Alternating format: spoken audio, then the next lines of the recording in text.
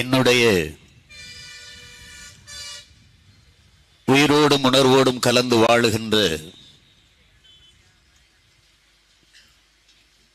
என் தாய் தமிழ் உறவுகள் அனைவருக்கும் என் அன்பும் வணக்கமும்.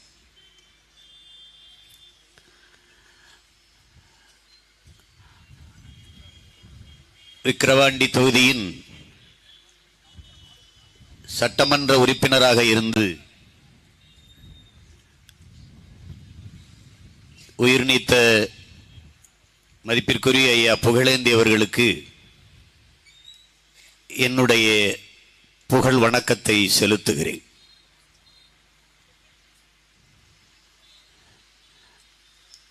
இங்கே தமிழக அரசியல் வரலாற்றில் இடைத்தேர்தல் என்பது எப்போதும் ஆளுங்கட்சி தான் வெல்லும். இதை ஒரு வழக்கமான மரபாக்கி நிறுத்தி இருக்கிறார்கள்.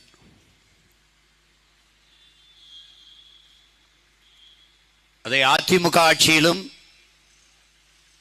அது நடந்திருக்கிறது. இப்போது திமுக ஆட்சியில் அதுதான் நடக்கும் என்று நினைத்துத்தான் மதிப்பிற்குரிய ஐயா எடப்பாடி பழனிசாமி அவர்களும் அவருடைய இயக்கமும் இந்த தேர்தலில் புறக்கணித்து வெளியேறிவிட்டார்கள். நாங்கள் அப்படி புறக்கணித்து செல்ல முடியாது. நாங்கள் வெற்றியையும் தோல்வியையும் சமமாக கருதுகிற வீரர்கள். வெற்றி வரும்போது துள்ளி குதிப்பதும் தோல்வி வந்தபோது துவண்டு படுப்பதும் எங்கள் பரம்பரைக்கே கிடையாது. நாங்கள் வளர்கிற பிள்ளைகள் உயர்ந்த நோக்கத்தை கொண்டு இன விடுதலை என்கிற ஈடு இணையற்ற லட்சியத்தை சுமந்து நிற்கிற தமிழ்தாயின் பிள்ளைகள். ஒரு நீண்ட பெரிய தவம் இது. அந்த தவம் கலையாமல் இலக்கை தொடுவதற்கு ஓடிக்கொண்டே இருப்போம். காரணம், எங்களுக்கு கற்பித்த தலைவன் அப்படி. இந்த இடைத்தேர்தலை ஒரு இடைத்தேர்தலாக கருதாமல் தமிழ் தேசியனத்தின் கடை தேர்தலாக, அது கடையேறுவதற்காக, தேர்தலை என் தேசியன மக்களின் ஆறுதலுக்காக, தேர்தலுக்காக, ஒரு மாறுதலுக்காக பயன்படுத்த வேண்டும் என்று நாங்கள் நினைக்கிறோம். இந்த தேர்தலில் 3 போட்டி. ஒன்று திமுக, இன்னொன்று எங்க ஐயாவுடைய தலைமையிலான பாமக, அடுத்து நாம் தமிழர் கட்சி. ஆனால் நாம் தமிழர் கட்சி இந்த களத்திலே போட்டியிடுவது திமுகவை எதிர்த்துத்தான். போட்டி திமுகவா நாம் தமிழரா, திராவிடமா தமிழ் தேசியமா, தீய திராவிடமா தூய தமிழ் தேசியமா, இதான் இங்க நடக்கிற போட்டி, சண்டை. இங்கே பேசிய என்னுடைய தம்பிமார்கள் குறிப்பிட்டார்கள், ஏன் என் தங்கை அபிநயாவுக்கு திரும்ப திரும்ப திரும்ப வாய்ப்பு. நான் பலமுறை பேசிவிட்டேன். நான் ஒரு பொறுக்கு விதை மரபினன். நான் இல்லை, நம் இனம். என்னால் திரும்ப திரும்ப கற்பிக்க வேண்டி இருக்கிறது. பைபிளை படித்தார்கள், பகவத்கீதை படித்தார்கள், குரானை படித்தார்கள். ஆனால் எந்த தொலைக்காட்சியை திருப்பினாலும் நபிகள் நாயகம் ஸல்லல்லாஹு அலைஹி வஸல்லம் அங்கே என்ன சொல்லியிருக்கிறார்கள் என்று சொல்வார்கள். ஆண்டவராய் இயேசு கிறிஸ்து இந்த வாசகத்திலே என்ன சொன்னார் பேசிக்கொண்டே இருப்பார்கள். பகவான் கிருஷ்ண பரமாத்மா இங்கே என்ன சொன்னார் இந்த இடத்திலே சொல்லிக்கொண்டே இருப்பார்கள். ஏன் மறந்து விடுவார்கள்? பல ஆயிரம் ஆண்டுகளாக இருப்பதை திரும்ப திரும்ப சொல்ல வேண்டி இருக்கிறது என்றால் நாமும் திரும்ப திரும்ப சொல்ல வேண்டி இருக்கிறது. புடலங்காய் பந்தலிலே எந்த காய் நீளமாக இருக்கிறதோ அதைத்தான் விதைக்கி விடுவார்கள் தமிழர்கள். முருங்கை மரத்திலே எந்த காய் நன்றாக காய்த்திருக்கிறதோ அதைத்தான் விதைக்கு ஒதுக்குவார்கள். அதுபோலதான் தக்காளியிலும் கத்தரியிலும். ஏன்? பொறுக்கு விதை மரபினர். எது சிறப்போ அதைத்தான் விதைக்கு வைப்பார்கள். கிடாயும் கிடாயும் மோத விட்டார்கள். பொழுதுபோக்கு அல்ல என் உடன் பிறந்தவர்களே. சேவலை சண்டையிட வைத்தார்கள். அது விளையாட்டல்ல, பொழுதுபோக்கல்ல. காலை அடக்கினார்கள். எந்த காலை அடங்குதோ தோற்றதோ அதை வித்து விடுவார்கள். எந்த காலை அடக்க முடியவில்லையோ அதை இனப்பெருக்கத்துக்கு வைப்பார்கள். எந்த கிடாய் வெல்லுதோ அதை இனப்பெருக்கத்திற்கு, எந்த கிடாய் தோற்றதோ அது கரியாகும். எந்த சேவல் வென்றதோ அது இனப்பெருக்கத்திற்கு, எந்த சேவல் தோற்றதோ அது சட்டியிலே அடுத்த நொடி கொதிக்கும். ஏன்? ஆட்டிலும் மாட்டிலும் கோழியிலும் கூட வீரத்தை அடுத்த தலைமுறைக்கு கடத்திய பரம்பரையிலே வந்தவன் தமிழர். அதனாலே தான் கட்சியிலே இருக்கிறவர்கள் அவர்களை தேடாமல் அங்கிருந்து ஜெனிஃபரை கொண்டு வர, அங்கிருந்து காளியம்மாள், எங்கிருந்து அபிநயா, அயர்லாந்து நாட்டில இருந்தும் இலங்கையில சிங்களத்தீவில் இருந்தும் கொண்டு வரல. இல்லை, சொந்த அக்கா தங்கச்சி தானே கொண்டு வர்றோம், அண்ணன் தம்பியில தானே கொண்டு வர்றோம். அப்படித்தான் என் தங்கை அபிநயாவை கொண்டு வரேன். ஒரு தலைவன். எத்தனை தளபதிகள் என் தலைவனுக்கு? ஒரு கால் தான் இருக்கிறது, ஒரே ஒரு கால், அது கட்டைக்கால். ஒரு கால் தான் இருக்கிறது, ஒரு கால் கட்டைக்கால். ஒரு காலோடு இருக்கிற ஒரு தளபதியை இழந்துவிட்ட ஆணையரவு நிலப்பரப்பை நீ போரிட்டு மீட்டு கொண்டு வா என்று என் அண்ணன் பால்ராஜ் இடத்திலே என் தலைவன் ஒப்படைத்திருந்தான் என்றால், அத்தனை தளபதிகள் இருக்கும்போது எதற்காக பால்ராஜ்? இந்த வேலைக்கு பால்ராஜ் தான் சரியாக இருப்பான். இதை கணிக்க முடியாதவன் எப்படி ஒரு தலைவனாக இருப்பான்? அந்த தலைவனின் மகன் எதை எப்படி செய்ய வேண்டும் என்று தெரியாமல் இந்த நிலத்திலே நிற்க முடியுமா என்பதை நீங்கள் யோசித்து பாருங்கள். 13-14 ஆண்டுகளாகிவிட்டது, ஒரு சமரசம் செஞ்சதில்லை எவரோடும், எதற்காகவும் செய்ததில்லை. சீட்டுக்கோ நோட்டுக்கோ பேரம் நடந்திருக்கிறது, படிந்ததில்லை. அப்படிப்பட்ட நாங்கள் ஒன்றை தேர்வு செய்கிறோம் என்றால் ஆய்ந்து தெளிந்து, ஒரு முறைக்கு 100 முறை இல்லை, 200 முறை இல்லை, 2000 முறை சிந்தித்து இது சரியாக இருக்கும். இந்த நிலப்பரப்பில் பொறுக்கி எடுத்தால், நீங்கள் ஆகச் சிறந்த பெண் மக்களை தேர்வு எடுத்தால் நாம் தமிழர் கட்சியில் இருக்கிற என் தங்கைகளாகத்தான் இருப்பார்கள். அதில் ஒருத்தியைத்தான் நிறுத்தியிருக்கிறேன். அவர் சொன்னால் பாருங்க, தருமபுரி அவள் தொகுதி இல்லை. தருமபுரியில் முதலில் என் மகள் வித்யாவைத்தான் நான் நிறுத்த போனேன். அவரிடத்துல கேட்டேன், சித்தப்பா அங்கே ரொம்ப அடர்த்தியா சாதிய உணர்வு இருக்கும், அங்கே போய் நான் நிற்கிறது சரியா இருக்காது சித்தப்பா, நான் வேற தொகுதியில் நிற்கிறேன்னா. சரி, நீ கிருஷ்ணகிரியில் நின்று, அப்புறம் என் தங்கச்சி நிறுத்தினேன். இப்போது வீரபாண்டி வேற ஆள் தொகுதி இல்லை, அவ சொந்த தொகுதி, அவ திருமணமாகி போனதுதான் விழுப்புரம், அதனால இங்கேயே நில்லுன்னு. இதுல வென்றாலும் 26ல் போட்டிடுவா, எப்படி பார்த்தாலும் 26ல அவ விக்கிரவாண்டியில அபிநயா தான் போட்டிடுவா. எந்த வேலையை யாருக்கு செய்ய, இதனால் இவன் முடிக்கும் என்றாய்ந்து அதனை அவன் கண் விடல்னு வள்ளுவ பெருமானார் சொன்னது எனக்காகத்தான். இதனால அறிவார்ந்த தமிழ் சமூக மக்கள், இங்கே பேசிய என் தங்கைகள் எல்லாம் குறிப்பிட்டார்கள், ஜெனிஃபர் எல்லாம் அதுக்கு முன்னாடி பேசிய என் தங்கைகள் எல்லாம் குறிப்பிட்டார்கள், என் தங்கை ரத்னா எல்லாம் குறிப்பிட்டார்கள். ஒரே ஒரு தொகுதி, அது மீதி இருக்கிறது 2 ஆண்டு காலம். இந்த 2 ஆண்டு காலத்தில் ஒருத்தர் ஜெயிக்க வச்சு போய் உள்ள என்ன பண்ண போறாங்க அப்படின்னு என் தங்கை அபிநயா சொன்ன மாதிரி, அந்த ஊழல் கூட்டத்தில் ஒருத்தர் அனுப்புறதுக்கு பதிலாக அந்த ஊழலை ஒழிக்க போராடுகிற ஒரு கூட்டத்தில் ஒருத்தர் அனுப்பி பாருங்களேன். நீங்க ஒரே ஒரு மகள் என்று நினைக்காதீர்கள், ஒரு வண்டி நிறைய குப்பை, அதை கொளுத்துவதற்கு எவனும் வண்டி நிறைய நெருப்பை எடுத்துக்கொண்டு போவதில்லை. பெற்றோர்களே, பெருமக்களே, என் உடன் பிறந்தார்களே, ஒரு தீப்பெட்டி, ஒரு தீக்குச்சி தான். அந்த தீக்குச்சி தான் இந்த தூக்குச்சி. பத்த வையுங்கள், ஒரு புரட்சி தீயை கொளுத்தி விடுங்கள். புரட்சி எப்படி? ஒரு புள்ளியிலிருந்து தான் தொடங்கும், ஒரு புள்ளியிலிருந்து தான். என்ன பெரிய கோலம், ஒரு புள்ளியிலிருந்து தான் தொடங்கியது. என்ன பெரிய ஆலமரம், ஒரு விதையிலிருந்து தான் தொடங்கியது. என்ன பெரிய சமுத்திரம், ஒரு துளியிலிருந்து தான் தொடங்கியது. என்ன பெரிய காவியம், ஒரு எழுத்திலிருந்து தான் தொடங்கியது. கவிப்பேரரசு வைரமுத்து. அப்படி எல்லா புரட்சிகர மாறுதலும் ஒரு புள்ளியிலிருந்து தான் தொடங்கி இருக்கிறது. இந்த உலகத்தில் எதையும் தனி மனிதன் கருத்து என்று தள்ளிவித்து விட முடியாத உலகத்தீரே, என் அருமை பெருமக்களே, அறிவார்ந்த சொந்தங்களே, இந்த உலகத்தில் இருக்கிற இதிகாசங்கள், புராணங்கள், தத்துவங்கள், கோட்பாடுகள் எல்லாம் தனி ஒரு மனிதனால் சொல்லப்பட்டதுதான். அப்படித்தான் மார்க்சியம், அப்படித்தான் லெனினியம், அப்படித்தான் பௌத்தம், அப்படித்தான் சமணம், அப்படித்தான் வைணவம், அப்படித்தான் கிறிஸ்தவம், அப்படித்தான் இஸ்லாம், எல்லாம் அப்படித்தான். இவர் யார் சொல்வதற்கென்று தள்ளி வைத்து விட முடியாது. இன்றைக்கு நான் சொல்லுகிறேன், நாளைக்கு 40 பேர், நாளைக்கு 400 பேர், நாளைக்கு 4000 பேர், நாளைக்கு 4 லட்சம் பேர், நாளைக்கு 4 கோடி பேர், அப்புறம் நாடே கேட்கும், அப்புறம் உலகம் பார்க்கும். இதுதான் உலகம் முழுமைக்கும் நிகழ்ந்த வரலாறு. தனி ஒரு மனிதன் சீமான் 36 லட்சம் ஓட்டு,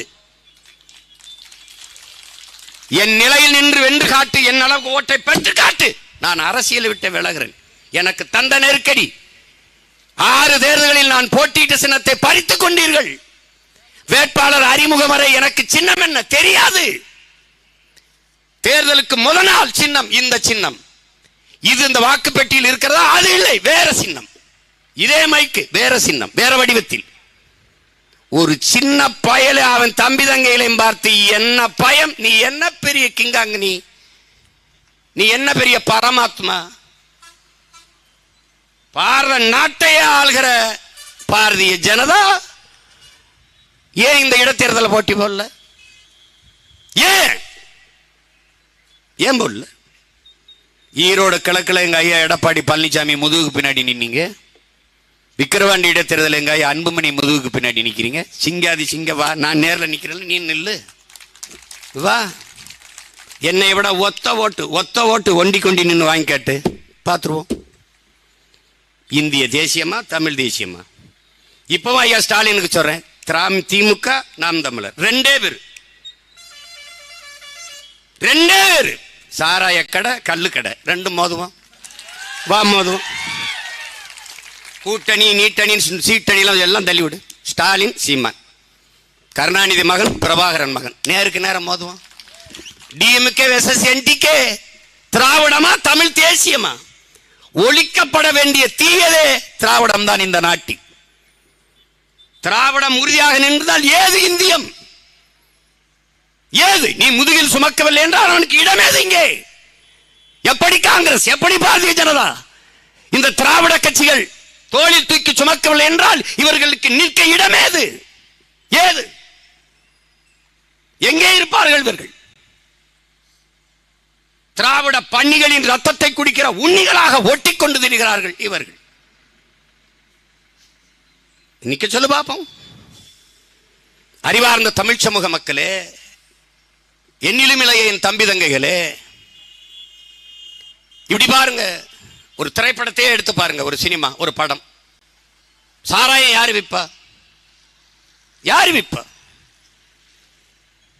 எத்தனை படங்களில் சாராயம் காட்டுக்குள்ள ஊரல் போட்டு விற்பான், கள்ளக்கடத்தல் செய்வான்.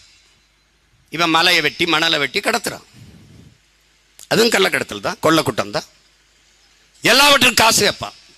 ஒருத்தன் புதுசாக கட்டடம் கட்டுறானா, 10 ரவுடி வந்து காரை போட்டு அண்ணனுக்கு வந்து 30% 30 விழுக்காடுக்கு அங்கே வந்துடணும், கமிஷன் வந்துடணும்.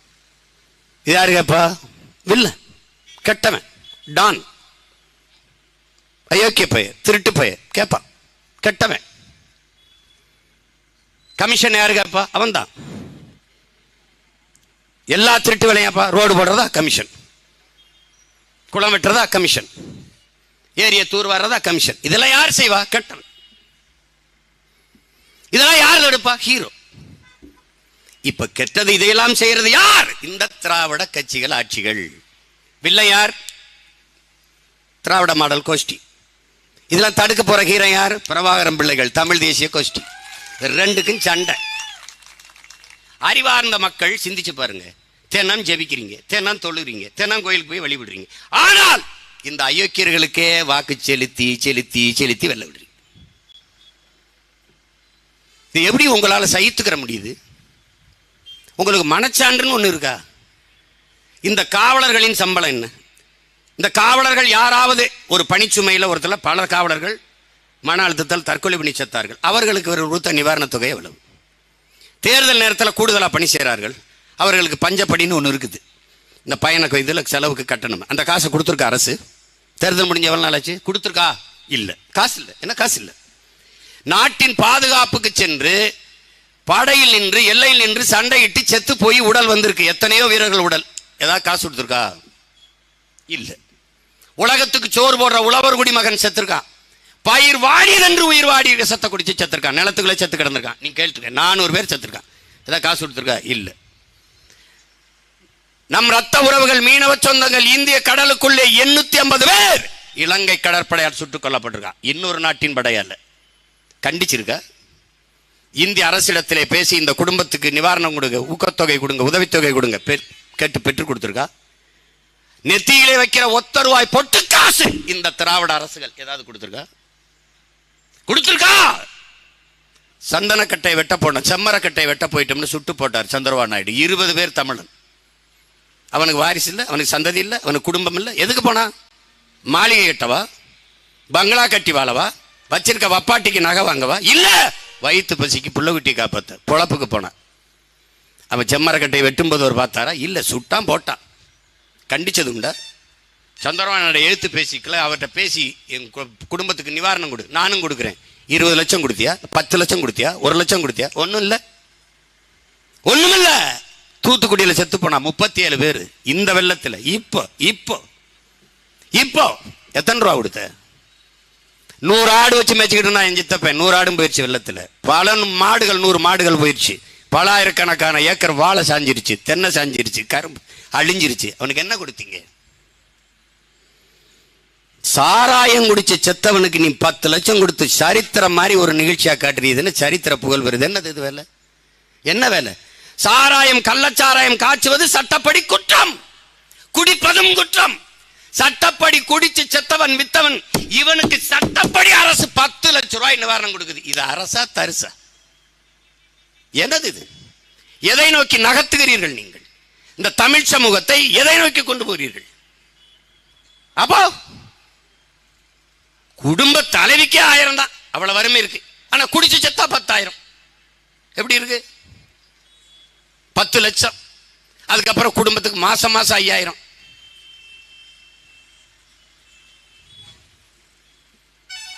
இது அரசுக்கு தெரியாது. இதுல எங்க அண்ணன் கமலஹாசன் வந்து அதுக்கு நற்சான்றிதழ். அது குடிக்காதீங்கன்னு சொல்ல முடியாது. ஏன் சொல்ல முடியாது? ஏன் சொல்ல முடியாது? மறுபடியும் ஒரு தடவை தயவு செய்து கொரோனா வரணும்னு நான் வேண்டிக்கிறேன். வந்தா மூடிடுவாங்க. குடிக்காதீங்கன்னு சொல்ல முடியாது, அளவா குடிங்கன்னு சொல்லணும். யார் அளந்து ஊற்ற போகிறது? யாரு? ஐயா ஸ்டாலினா, இல்லை எங்கள் அண்ணன் கமலஹாசனா, தம்பி உதயநிதியா? 2 ounce தாங்க. போங்க போங்க, 2 ounce தான். இது எப்படி? போகிறவன்லாம் பதாக வச்சுட்டு படிச்சுட்டே அளவா குடிக்கணுமாம்டாடே. இந்த மாதிரி அறிவாளிகளை நீங்கள் எங்கே கொண்டு சேர்ப்பீங்க? நாம் போற்றிய, மதிச்ச, நேசிச்ச எங்கள் அண்ணங்கெல்லாம் இப்படி பேசுனா நாங்கள் எங்கே போகிறது? எங்கே போகிறது? கட்டையை வச்சு முட்டு கொடுப்பாங்க சென்றி போடும்போது ஓடும்போது. ஆனால் தலையை வச்சு முட்டு கொடுக்கறத நான் இப்போ தான் பார்க்குறேன். நாங்கள் பெரிதும் நேசித்த கம்யூனிஸ்ட் இயக்கங்கள் அதில் தான் இருந்து வளர்ந்தோம். அதில் எங்கள் அண்ணன் முத்தரசன் மாநில பொதுச் செயலாளர். மதுக்கடையை முடிட்டா 39,000 பேருக்கு வேலை போயிடும் அப்படின்னு. அண்ணன் 38 லட்சம் பேருக்கு தாலி போயிடுச்சுன்னே. 38 லட்சம் பேர் தாலி எடுத்திருக்காங்க. தம்பி சொன்னான்ல 38.5 விழுக்காடு. அப்படின்னா 38,50,000 பேர் இளம் விதவைகள் இந்த நாட்டில். எதிர்கட்சியா இருக்கும்போது என்ன தெரியுமா? அம்மையார் கனிமொழியெல்லாம் இந்தியாவிலே அதிக இளம் விதவைகள் கொண்ட மாநிலம் தமிழ்நாடாக இருக்கிறது. யார் நாடு? இவங்க நாடு தான். இவங்க நாடு தான். அவர்கள் கொடுத்த வாக்குறுதியை தான் நிறைவேற்ற சொல்லி நம்ம கேட்கிறோம், செய்யல. ஆனால் இவ்வளவுக்கு மீறி எங்களுக்கு தெரியாது என்று சொல்லுகிறார். இதுவரைக்கும் மரக்காணம் இங்கே சேர்த்து 80 பேரோ 90 பேரோ உயிரிழந்திருக்கிறார்கள் இந்த கள்ளச்சாராயத்தில். இங்கே என் தம்பி கூட பேசு, கள்ளச்சாராயம் நல்ல சாராயத்தில் என்னடா கள்ளச்சாராயம் நல்ல சாராயம்?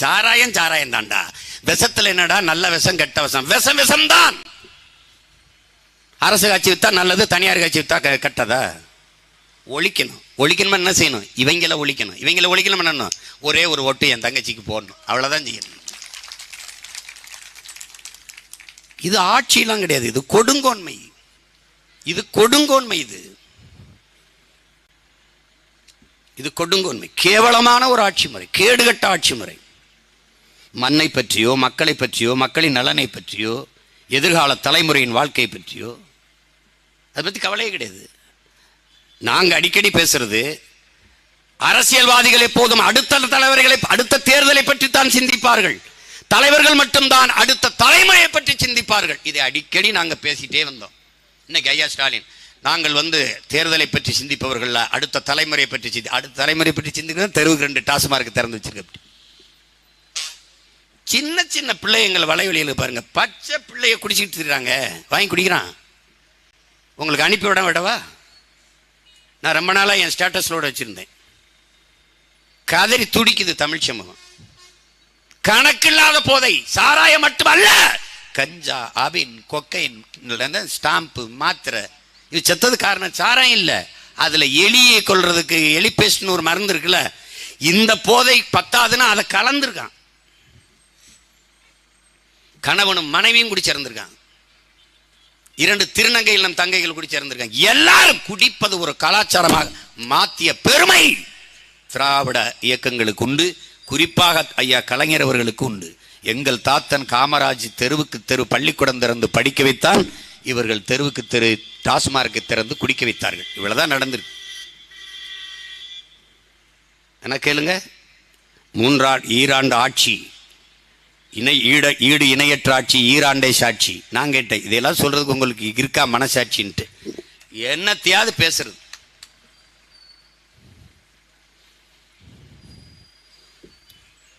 இத்தனை பிணங்களையும் பணத்தை போட்டு மூடிடலான்னு நினைக்கிறாங்க பாருங்க. இன்னும் இருக்கிறவங்கள எத்தனை பேர் உயிரிழப்பாங்கன்னு யாருக்கு தெரியும்? மருத்துவர் என்ன சொல்றாங்க, அவங்க உயிர் பிழைச்சிட்டு வீட்டுக்கு வந்தாலும் எப்படியும் 1 மாசத்துக்குள்ள இறந்துருவாங்க. அங்கே இருந்தாலும் 10 லட்சம் கொடுப்பான், வீட்டில் வந்து இறந்தா என்ன நடக்கும் ஒன்று இருக்காது. பாருங்க, ஒருத்தர் சாக கிடக்கிறாரு, ஒரு மீம்ஸில் உண்மையிலே ஒருத்தர் சாக கிடக்கிறாருன்னு வச்சுக்க, சாக கிடக்கிறாரு, பெரியவங்கெல்லாம் உட்காந்துருக்குறாங்க, எப்படியும் போகுது உயிர், அந்த பாலுக்கு பதிலாக அந்த சாராயத்தை ஊற்றி விடு, 10 லட்சமாவது கிடைக்கும். சிரிக்காத, இதுதான் நிலைமை, நாட்டின் நிலைமை தான். வேற மாநிலத்துக்கு போனால் தமிழ்நாட்டிலிருந்து வர்றேன்னு சொல்லிடாத, இந்தியா விட்டு வெளியில் போனால் இந்தியாவிலேருந்து வர்றேன்னு சொல்லிடாத, எதையாவது ஒரு நாட்டு பேரை சொல்லிட்டு போ, இல்லைன்னா ஊமை மரியாதை பாபான்னு பேசிட்டு போ, எதையும் பேசி தொலைஞ்சிடாது, ஒரு பயம் மதிக்க மாட்டான் உன்னை. இவ்வளவு இழிவு, இவ்வளவு கேவலம், இவ்வளவு பின்னடைவு, இவ்வளவு வீழ்ச்சி, இவ்வளவு தாழ்ச்சி உனக்கு ஒன்றும் இல்லை.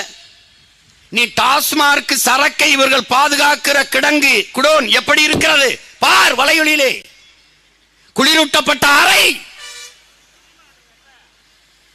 அழகாக அடுக்கி வைத்து அங்கே வாயிலே காவலர்கள் பாதுகாப்பிற்கு. ஆனால் நீ வெம்பாடு விட்டு உழுது விதைச்சு விளைய வச்ச உணவு பொருள், நெல், கேழ்வரகு, கம்பு, இந்த தானியங்களை கொள்முதல் செய்து இவர்கள் சேமித்து வைத்திருக்க கிடங்கு எங்கே? இந்த விக்கிரவாண்டியிலே ஒரு சேமிப்பு கிடங்கு காட்டு பாப்போம், காட்டு. எத்தனை காட்சிகளை நீ பார்க்கிறாய்? நானே போய் நேரில் செஞ்சிருக்க, பல 100,000 மூடைகளை அடுக்கி தெருவில், சின்ன தார்பாய் தெருவில் அப்படியே அடுக்கி தார்பாயை போட்டு, தார்பாய் காத்தடிச்சு தூக்கிட்டு போய் மழை வெஞ்சு நினைச்சு முளைச்சிருது நெல். எளிதுன்னு எறும்பு தின்னு நாசமாக்கி என் உழைப்பு கொடுக்கிற மரியாதை இவ்வளவுதான், இவ்வளவுதான். இப்ப என்ன தேவைப்படுது? ஒரு தலைகீழ் மாற்றம். ஒன்றிய மாவட்ட தலைநகர்கள் தோறும் உணவுப் பொருளை சேமிக்கிற பாதுகாப்பு கிடங்குகள் கட்டணும். இவர்கள் கட்ட மாட்டார்கள். அவங்க அப்பா பேர்ல ஜல்லிக்கட்டுக்கு திடல், அவங்க அப்பா பேர்ல நூலகம், அவங்க அப்பா பேர்ல தொலைநோக்கு மருத்துவம், இதான் கட்டுவாங்க. இப்ப இருக்கிற மருத்துவமனையில் என்ன கூட்டம் பிதுங்கி வெளியுதா? இருக்கிற மருத்துவமனையில் பார்க்குற டாக்டர் மருத்துவருக்கு வேலை கொடுக்க முடியல, காசு கொடுக்க முடியல, சம்பளம் கொடுக்க முடியல. இருக்கிற மருத்துவமனையில் பார்க்குற செவிலியர் பணியை நிரந்தரம் பண்ண முடியல.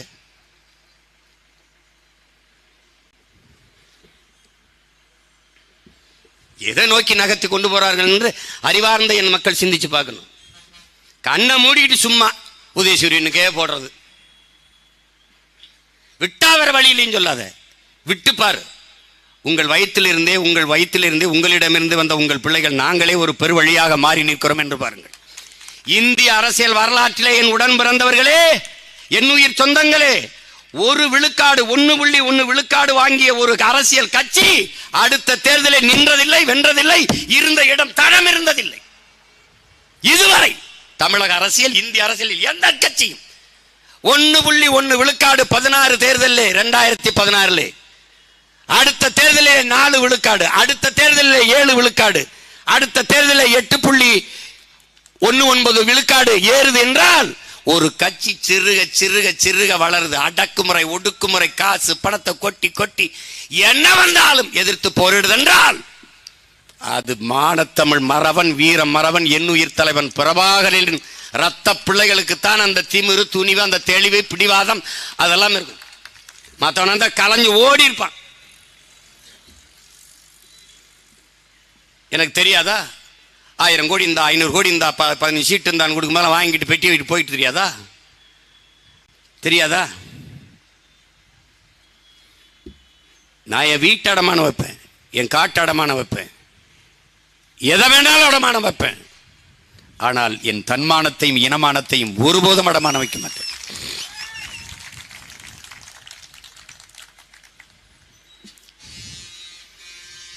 எந்த பிரச்சனை என் தங்கை அபிநய சொல்ற மாதிரி என் தம்பி தங்கச்சி எல்லாம் பேசி எந்த பிரச்சனையை தீர்த்திருக்கு? ஒரு பிரச்சனைக்கு முற்று வைத்திருக்கிறார்கள் என்றதாவது இருக்கா? இருக்கா? பாரதிய ஜனதா ராமர் கோயில் ராமர் கோயில் ராமர் கோயில் கத்திட்டே இருந்துச்சு. இப்ப பேச முடியல. ஏன்? கட்டி திறந்தாச்சு. முற்று கட்டி முடிச்சிட்டாரா? இல்ல, முதல் தளத்தை கட்டி மேல செட்டா போட்டு மூடி திறந்துட்டார் அவசர அவசரமா தேர்தலுக்கு. இப்ப என்ன ஆயிடுச்சு? மலையில ஒழுகுது ராமர் கோயில். சிரிக்காத, உண்மையிலே ஒழுகுது. உண்மையிலே ஒழுகுதுப்பா. எப்படி? உண்மையிலே ஒழுகுது. புரட்சின்னு கேட்கிறியே, சமூக நீதி கேட்கிறியே, மாறுதல் கேட்கிறியே. சீமான் செய்து தோற்று இருக்கலாம், ஆனால் எனக்கு முன்னாடி ஒருத்தன் என்னுடைய கொள்கையை பின்பற்றி வென்றிருக்கான். எங்க? ராமர் கோயில் இருக்கிற அயோத்தியிலே பொது தொகுதியிலே ஒரு தாழ்த்தப்பட்ட மகனை நிறுத்தி வென்றுட்டான் அகிலேஷ். பல பேர் நெஞ்சில ஓங்கி ஒரே குத்தா கடப்பாரை வச்சு குத்தி தூக்கி போட்டான். அதை இந்த நிலத்தில் செய்யல. நான் பிரபாகரன் மகன்லடா, செஞ்சுக்கிட்டு இருக்கேன், செஞ்சுக்கிட்டு தான் இருக்கேன். ஆனா ஜெயிக்க விட மாட்டேன். நீ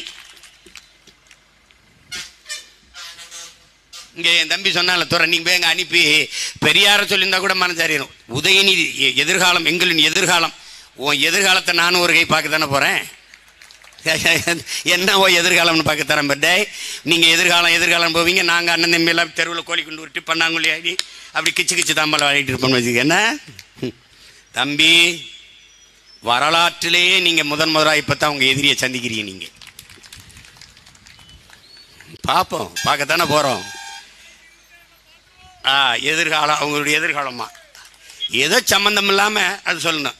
எங்கள்ல ஒரு நாள் உள்ள என் தங்கை தகச்சியில் அனுப்பியிருந்தேன்னு வச்சுக்க, தமிழ்தாயின் மீதும் எங்களை பெற்ற எங்கள் உயிர்ப்பால் தந்த எங்கள் தாயின் மீதும் அறிவிப்பால் தந்த தாய் தமிழின் மீதும் எங்கள் உயிருக்கு மேலாக நாங்கள் நேசிக்கிற எங்கள் உயிர் தலைவன் பிரபாகரன் மீதும் ஆணையிட்டு உறுதியேற்கிறேன்னு வந்திருப்பான்.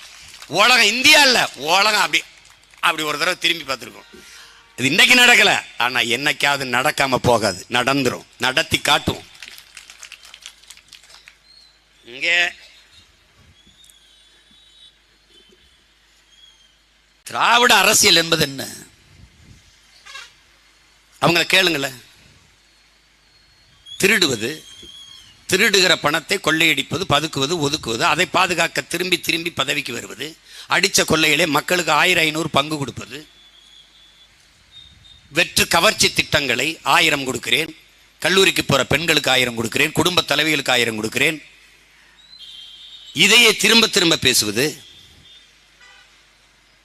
இதை பேசி இதையே வந்து சாதனையாக மக்கள்கிட்ட சொல்லுவது, இதையும் சாதனை தான். சாராயம் குடிச்சு செத்ததுக்கு 10 லட்சம் கொடுப்பது ஒரு சாதனை தான். அவர்களை பொறுத்தவரைக்கும் ஒரு சாதனை தான், சாதனை தான். இப்ப என்ன பண்ணுவாங்க? என்ன நடக்கும்? மொத்த அமைச்சரும் விக்கிரவாண்டியில் இருப்பாங்க, மொத்த பாராளுமன்ற உறுப்பினர் 40 பேர் விக்கிரவாண்டியில் இருப்பாங்க, மொத்த சட்டமன்ற உறுப்பினர் இங்க இருப்பாங்க, எல்லா மாவட்ட செயலர் ஒன்றிய செயலர் இருப்பாங்க. விக்கிரவாண்டி இன்னும் கொஞ்ச நாள் பிதுங்கி வெளியும். யாரும் எங்களை போல என் தங்கை தம்பிகளை போல நின்று பேச முடியாது, ஒன்று இல்லை. அப்ப எத்தனை வீடு எத்தனை ஓட்டு அது கணக்கெடுத்து ஒரு ஓட்டுக்கு இப்ப நாங்க தானே ஆரம்பிச்சிருக்கோம். வேகமானு வேலை செய்ய போக போக போக போக போக 5000 கொடுக்கலாம்னு இருக்கிறது 7000 ஆகும், 8000 ஆகும், 10000 ஆகும், 15000 கூட வரலாம் ஒரு ஓட்டுக்கு. எங்களால முடிஞ்சது அதை எங்களால முடிஞ்சது செஞ்சு விட்டு போவோம், அவ்வளவுதானே. வாக்குக்கு பணம் கொடுக்கிற அரசியலை அறிவார்ந்த தமிழ் சமூக மக்கள் சகித்துக் கொள்கிறீர்களா? நீங்க என்னைக்கு பாருங்க, இங்க பாருங்க, ரஷ்ய அதிபர் ஜோசப் ஸ்டாலின் அவர்கள் தேர்தல் வெற்றியை வாக்கு செலுத்துகிற மக்கள் அல்ல தீர்மானிப்பவர்கள், வாக்கை எண்ணுகிறவன் தாண்டா தீர்மானிக்கிறாருங்கிறார். அன்னைக்கே முடிவிட்டார். 40 ஓட்டில் காட்டுமன்னார் கோயிலில் என் அண்ணன் திருமாவளவன் தோற்றார் என்று அறிவிக்க சொல்லுகிறது இந்த அதிகாரம். 40 ஓட்டு ஒரு ஓட்டா? அதே 40 ஓட்டில் இந்த போது சபாநாயகர் இருக்கிற ஐயா அவர்கள், அப்பா அவர்கள் ராசிபுரத்தில் தோத்து போனார் என்று சொல்கிறார்கள். ராதாபுரத்திலே 40 ஓட்டு எல்லாம் ஒரு ஓட்டா? இப்போது விருதுநகரிலே என் அன்பு தம்பி விஜய் பிரபாகரன் ஐயா, கேப்டன் விஜயகாந்த் அவருடைய அன்பு மகன், அவன் வென்று விடுவான் என்று நான் நம்பினேன். கடைசி வரை அவன் தான் முந்தி போயிட்டு இருந்தான். 4000 ஓட்டில் தோற்று விட்டான் என்று அறிவிக்க சொல்கிறது இந்த அதிகாரம். ஏன் மாவட்ட ஆட்சியர் அறிவிக்கிறார், அதிகாரத்தில் இருக்கிற கட்சிக்கு மாவட்ட செயலாளர் போல இந்த மாவட்ட ஆட்சியாளர்கள் செயல்படுகிறார்கள். இது சத்தியத்திலும் சத்தியமான உண்மை. யாராவது மறுக்க முடியுமா? கேளுங்க. யாரும் மறுக்க முடியாது, உண்மை. எங்களுக்கு ஓட்டு எண்ணிக்கொண்டே வரார்கள். ஒரு குறிப்பிட்ட இடத்தில் நின்று விடுகிறது. 8 விழுக்காட்டுக்கு மேல நகரல. 6 மணி நேரமா ஒரு ஓட்டு ஏத்தல. ஏன்? அதிகாரம் மிக வலிமையானது. ஆனால் இந்த நிலையில் ஒரு நாள் பொறிக்கில் சிக்கிய எலி மாறி இந்த திராவிட எலிகள் சிக்கி தவிக்கல. இந்த புலிகள்கிட்ட மாட்டிக்கிட்டு நீ பார்த்துக்கிட்டே இருந்த. எதுவும் நிரந்தரம் கிடையாது உடன் பிறந்தவர்களே. எதுவும் நிலைத்ததில்லை உலகத்தில், எதுவுமே இல்லை. இந்த வானம், பூமி, மலை, இதெல்லாம் நான் மலையெல்லாம் நிலைத்தது நினைச்சேன். அதையும் வெட்டி திங்க முடியுது, இவனால திங்க முடியுது. தாயின் மாரை பார்க்கிற போது இந்த மாரை அறுத்து நன்றாக சமைத்து கறியாக்கி சாப்பிடலாம் என்று எந்த ஒரு மகனாவது நினைப்பானா? அந்த உலகத்தில் நினைச்சுப்பார். தாயின் மாரை நல்ல கறி என்று நினைப்பானா? நல்லா ஆக்கி சாப்பிடலாம் என்று நினைப்பானா? இவர்கள் நினைப்பார்கள். இந்த திராவிட கயவர்களுக்கு நினைப்பான். பூமி தாயின் மலை மார்பை மணல், கல்குவாரி என்று, கிரசர் என்று நசுக்கி விற்கிறார்கள், காசாக்குகிறார்கள். மலையை எப்படி நீ காசாக்க நினைக்கிறாய்? தாயின் மார்பை கரியாக்க நினைத்தது போல நீ காசாக்க நினைக்கிறாய். மாரிலிருந்து பால் குடிக்கலாம் தம்பி, மாரை அறுத்து ரத்தம் குடிக்கிற கொடுமையை இந்த உலகத்தில் செய்பவர்கள் இந்த திராவிட திருவாளர்கள் தான். இந்திய கட்சி ஏதாவது ஒன்று மலையை ஒன்னால் உருவாக்க முடியுமா? எதுக்கு இந்த வேலையை செய்கிறாய் என்றது யாராவது கேட்டாங்களா? எந்த அதிகாரம் மலை அறங்களை வளர்க்கும்? உன் சட்டம், உன் திட்டம் என்ன? விட்டலாச்சாரியார் படத்தில் வர மந்திரக்கோளா? அப்படி சொன்ன மலை கடகடன் வரல. அகத்தியர் உருவாக்கிய விந்திய மலையாது? என்னது இது? மலை இல்லாத நிலம் பாலைவனம் என்ற அடிப்படை அறிவு கூட உங்களுக்கு இல்லையா?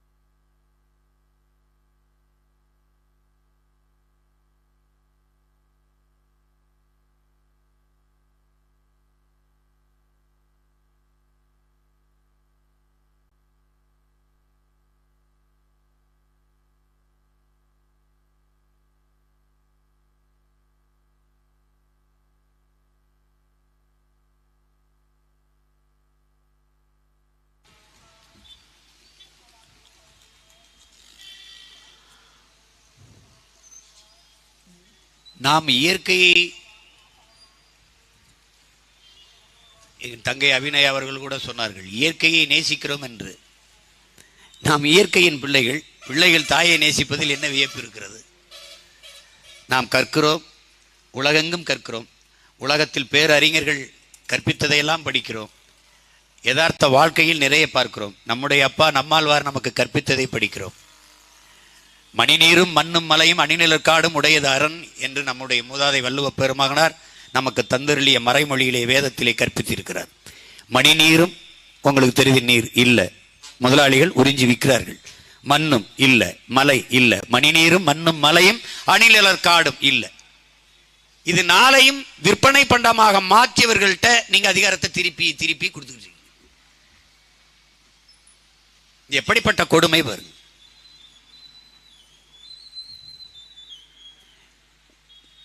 ஒரு கேள்வியை உங்கள் உடன் பிறந்தவனாக, உங்கள் மகனாக, இந்த மண்ணின் பிள்ளையாக உங்களிடத்தில் உரிமையோடு கேட்கிறேன். உங்கள் பிள்ளைகளுக்கு, உங்கள் சந்ததியினருக்கு, உங்கள் வாரிசுகளுக்கு எதை வைத்து விட்டு போக போகிறீர்கள்? இந்த கள்ளச்சாராயத்தையா? இந்த டாஸ்மார்க்கையா? எந்த வேலைக்கும் காசு வாங்குகிற இந்த கைவாளி கூட்டத்துக்கிட்டே அதிகாரத்தை கொடுத்து விட்டு அவர்களை விட்டு விட்டு போக போகிறீர்களா? உங்களால் காசு கொடுக்காமல் நல்ல கல்வியை கற்க முடியுமா? நல்ல கல்வியை கற்க முடியுமா? உங்கள் பிள்ளைகளை, பெண் பிள்ளைகளை நம்பி கல்லூரிகளுக்கு அனுப்ப முடிகிறதா? இன்றைக்கு ஒரு தங்கை இறந்து போனால் ஜன்னலில் தூக்கு போட்டு தற்கொலை. யார் ஜன்னல்ல தூக்கு போட்டு தற்கொலை பண்ண முடியும்? ஜன்னல்ல கயிறை மாட்டி தூக்குல யார் தொங்கி சாக முடியும்? என்ன நடக்கிறது? கல்லூரிகளுக்கு நம்பி அனுப்ப முடியுமா? உங்களால் அனுப்ப முடிகிறதா? அப்படிப்பட்ட சமூகத்தை நீங்க உருவாக்கிறீர்களா? தெருவுக்கு தெரு டாஸ்மார்க்கை திறந்து வைத்து விட்டு சட்டம் ஒழுங்கு எங்க இருக்கும்? குடிக்க போகும்போது வழி அனுப்பி வைக்கிற காவல்துறை, திருப்பி வரும்போது வாயை ஊதுன்னு தண்டம் மிதிக்குது. என்ன மாதிரியான ஆட்சி முறை? குடிக்க போகும்போது கார்ல போகலாம், குடித்து விட்டு கார் ஓட்டக்கூடாது. அப்ப உருண்டே போறதா இல்ல தவழ்ந்து போறதா? அப்ப என்ன பண்ணும்? அங்க ஒரு அவசர ஊர்தி ஆம்புலன்ஸ் மாதிரி நிறுத்திருக்கணும். மட்டை ஆகிட்டோன்னா தூக்கி கொண்டு அட்ரஸை வாங்கிட்டு உள்ள அனுப்பணும், திருப்பி கூட்டி கொண்டு வீட்டில் இறக்கி விடணும். இல்லைன்னா என்ன பண்ணணும்? நட்டத்தில் ஒரு ஆவின் பாலை டோர் டெலிவரி பண்ணுறது மாதிரி லாபத்தில் ஒரு டாஸ்மார்க்கில் ஒரு ஃபோன் அடித்தா ஐயா எனக்கு ஒரு ஆஃப் கொண்டு வந்து கொடுத்துட்டு போகணும், வித் சைடிஸோட கொடுத்துட்டு போகணும். அப்படிதானே? அதை ஐயா ஸ்டாலின் அரசு கொஞ்சம் கன்சிடர் பண்ணணும்னு நான் வந்து வேண்டிக்கிறேன். ஏன்னா உங்கள் லாபத்துக்கு தான் பேசுகிறேன், எனக்கு ஒன்றும் இல்லை. நீ என்ன பண்ணுவாய் சீமான்? வந்தால் மூடிடுவேன். மூடிட்டு என்ன பண்ணுவேன்? இந்த தம்பி சொன்னான்ல, ஒரு டாஸ்மார்க் கிடையாது. அப்போ எங்கே சீமச்சரக்கு வேணுமா? ஸ்டார் ஹோட்டலுக்கு போ. சுற்றுலாத்தலங்களில் உயர்ந்த ரெஸ்டாரண்ட் இருக்கும்ல, அங்கே போய் குடி. வெள்ளைக்காரன் எவனாவது வந்தானா குடிச்சுக்க, நீ குடிச்சிட்டு போப்பா. என் பிள்ளைகளுக்கு பணம்பால் தென்னம்பால், கல் கிடையாது, நோ கல். கல் உண்ணாமையே எங்கள் தாத்தா பாடிட்டான். அவன் ஒரு பைத்துக்கார பையாவே. இதை புலால் உண்ணாமையை கூட தான் பாடிட்டு போனான். எல்லா உயிரும் கை வைப்பு தொழும்னு. என்னை தொலை வேணாம் போ. நாங்கள் வேட்டை மரபினர். நாங்கள் ஆதியில் காடுகளில் வேட்டையாடி உண்டவன். என் மரபணுவிலே அசைவம் இருக்குது. சைவம் சாப்பிட்டா எனக்கு அலர்ஜி ஆயிடுது. அது என்ன பண்ணுறது? என்ன பண்ணுறது சொல்லுங்க? என்ன பண்ணுறது சொல்லுங்க? நானாவது பரவாயில்ல, என் மயங்கி 2 பேர் சுத்தமாக தொட மாட்டேங்கிறேன். அது மரபணுவில் இருக்குது, என் ரத்தத்தில் ஊறிடுச்சு. மனித கறியை தவிர எல்லா கறியும் தின்றுருக்கான். அதுவும் புறம் சொந்தக்காரனாக இருக்கனால விட்டு வச்சிருக்கான். அது ரொம்ப பேசுனாங்கன்னா போட்ட வேண்டிதான். ஆமாம் ஆமாம். இப்போ என்ன பண்ணுறது? அதுவும் பார்த்தீங்கன்னா அகோரிகள்லாம் அந்த காசியில் பூரா பேரும் மனித கறியை தான் சுட்டு தின்னுட்டு இருக்கான். அது உயிர் உள்ளதையும் சாப்பிட்றதெல்லாம். அதனால செத்தவண்ணை சாப்பிட்றது. அது எந்தெந்த பகுதியில் சதை இருக்கோ அதை எடுத்துக்கிட்டு சப்பாத்தியில் வச்சு சிரிக்காத, உண்மையிலே சாப்பிட்றான். வேணா என் தம்பி பாலாட்ட கேளு, அவன் படம் எடுத்தால் அங்கே போய் நான்கடம் அவன் தான் சொல்லி சிரிப்பான். இது ஒரு கூட்டம். அப்ப பணம்பால் தென்னம்பால் ஏன் வந்து நான் ஒன்று கேட்குறேன், இவர்களுக்கு கள்ளுக்கடையை திறக்கிறதுல என்ன பிரச்சனை? ஏன் யாருமே கேட்க மாட்டேங்கிறீங்க? திமுகவில் யாரும் விவசாய குடும்பங்கள் இல்லையா? இல்லை அதிமுகவில் யாரும் விவசாயத்துக்கு சார்ந்தவர் இல்லையா?